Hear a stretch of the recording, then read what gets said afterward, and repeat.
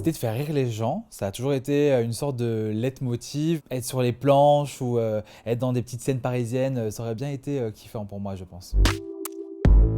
Un jour, je me suis rendu sur un plateau de télévision et j'ai eu un coup de cœur pour les médias, de pouvoir envoyer de l'information sur l'actualité du jour. Et je me suis dit, ok, c'est ça que je veux faire. Une fois mon bac en poche, à 18 ans, je suis rentré dans une école. Ça a été la meilleure période de ma vie. Ça a été 2 ans d'études où j'ai beaucoup appris. J'ai commencé à travailler dans différentes radios. Et à 23 ans, j'ai commencé à travailler en télévision. En grande partie, j'ai surtout traité des sujets médias, donc tout ce qui était en lien avec des émissions de télé, les chroniqueurs, les animateurs, mais aussi des people en règle générale.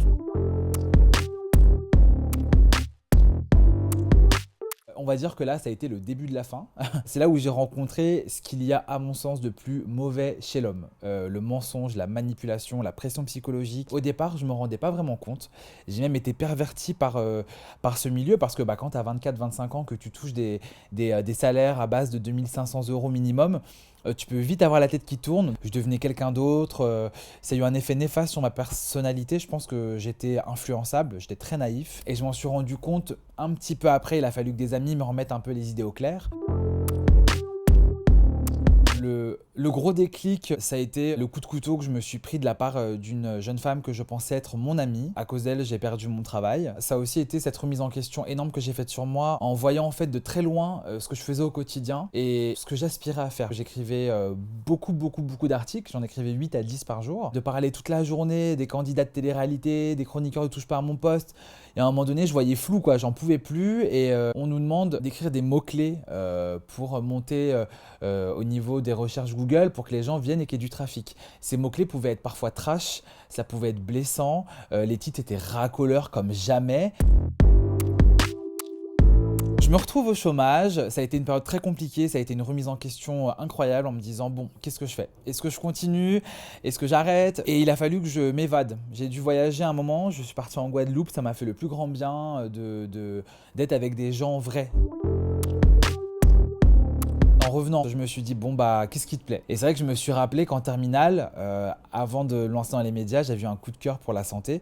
Je voulais être infirmier à l'origine. J'ai opté pour une formation courte, dans un premier temps, d'assistant médical. Ça a duré 6 mois. Et je voulais en fait aller plus loin dans le raisonnement, donc je me suis inscrit à un concours d'aide-soignant. Concours que j'ai validé. J'ai passé 10 mois de formation entre théorie et stage. Ça a été très intensif. Et finalement, j'ai été diplômé là en juillet 2018 et je travaille actuellement en service de réanimation.